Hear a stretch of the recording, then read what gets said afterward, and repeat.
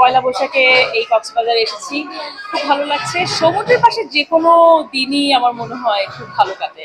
আমার মনে হয় আমি যতদিন পর কক্সবাজারে আসলাম, অনেকদিন পরে খুব ভালো ঘুমাতে পেরেছি। তো সমুদ্রের একটা আলাদা ক্রান্ত আছে।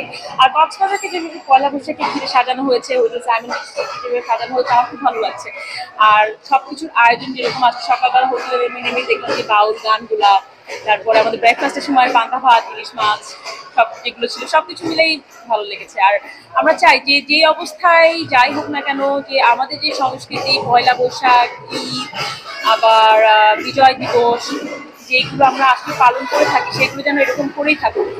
আমাদের যেন আমাদের সংস্কৃতি যেন কখনো আমরা ভুলে না যাই, সেটা খুব গুরুত্বপূর্ণ। আগত পর্যটকদের জন্য প্রত্যেকবারই আমাদের রয়েছে অনেক ধরনের নানান ধরনের আয়োজন। যেমন আমাদের হোটেল সাইমন বিচ রিসোর্টে রয়েছে হলো বাউল গানের আয়োজন, তারপর চটপটি ফুচকার আয়োজন রয়েছে, বিশাল বুফে লাঞ্চ রয়েছে, বিশাল বুফে ডিনার রয়েছে, mehedi programme, 3D photo booth, so আরও অনেক সারপ্রাইজ আপনাদের জন্য রয়েছে।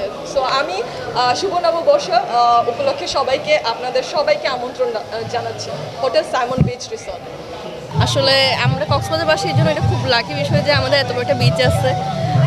প্রতি বছরই আমরা এরকম একটা সময় কাটাই, যেখানে মানে বাসা থেকে আমরা সব কিছু করে আনি, কিন্তু এখানে বসে পুরা ফ্যামিলির সাথে খেতে খুব ভালো লাগে।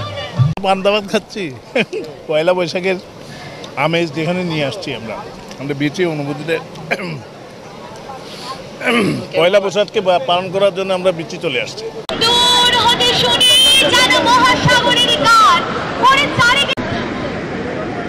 আমি ভাঙি পাষাণ তারা, আমি জগৎ প্লাবিয়া